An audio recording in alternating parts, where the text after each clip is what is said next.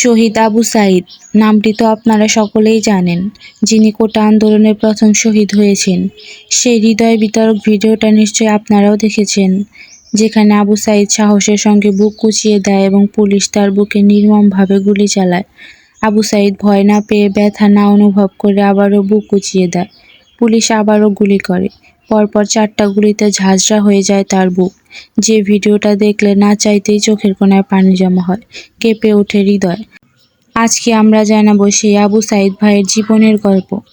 আবু সাঈদের বাড়ি রংপুরের পীরগঞ্জ উপজেলার বাবনপুর গ্রামে। তার বাবা মকবুল হোসেন ও মা মনোয়ারা বেগম। তারা 6 ভাই ও 3 বোন। 6 ভাইয়ের মধ্যে আবু সাঈদ সবার ছোট। তিনি স্থানীয় জুনুদারপাড়া সরকারি প্রাথমিক বিদ্যালয় থেকে 5ম শ্রেণীতে ট্যালেন্ট পুল বৃত্তি লাভ করে।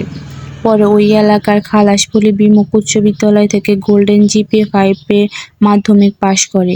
এরপর রংপুর সরকারি কলেজ থেকে জিপিএ 5 পেয়ে উচ্চ মাধ্যমিক পাশ করে। পরে বেগম রোকেয়া বিশ্ববিদ্যালয়ে চান্স পেয়ে ইংলিশ বিভাগে ভর্তি হন। তিনি বেগম রোকেয়া বিশ্ববিদ্যালয়ের ইংরেজি বিভাগের দ্বাদশ ব্যাচের ছাত্র ছিলেন। দারিদ্র্যের কারণে তার বড় ভাই বোনেরা লেখাপড়া ছাড়তে বাধ্য হন, কিন্তু তারা আবু সাঈদের লেখাপড়া চালিয়ে নেওয়ার ব্যাপারে একমত ছিলেন। সাঈদ সরকারি চাকরি পাওয়ার স্বপ্ন দেখত। একটি চাকরি তার পরিবারের ভাগ্য পরিবর্তন করে দিবে তিনি বিশ্বাস করতেন। তাই তিনি কোটা আন্দোলনে যোগ দেন, কিন্তু পুলিশের বুলেট তার এবং তার পরিবারের স্বপ্ন ভেঙে দেয়।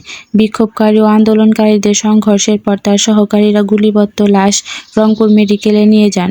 রংপুর মেডিকেল কলেজের চিকিৎসক জানান আবু সাঈদ মৃত।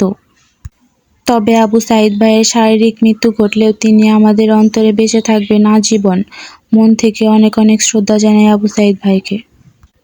আবু সাঈদ ভাইয়ের মতো বীর যেন আমাদের দেশে বারবার জন্মায়। আজকের ভিডিও এই পর্যন্তই। ভিডিও কেমন লাগলো কমেন্ট করে জানাবেন। ভিডিও ভালো লাগলে লাইক, কমেন্ট এবং শেয়ার করে পাশে থাকবেন। ধন্যবাদ সবাইকে।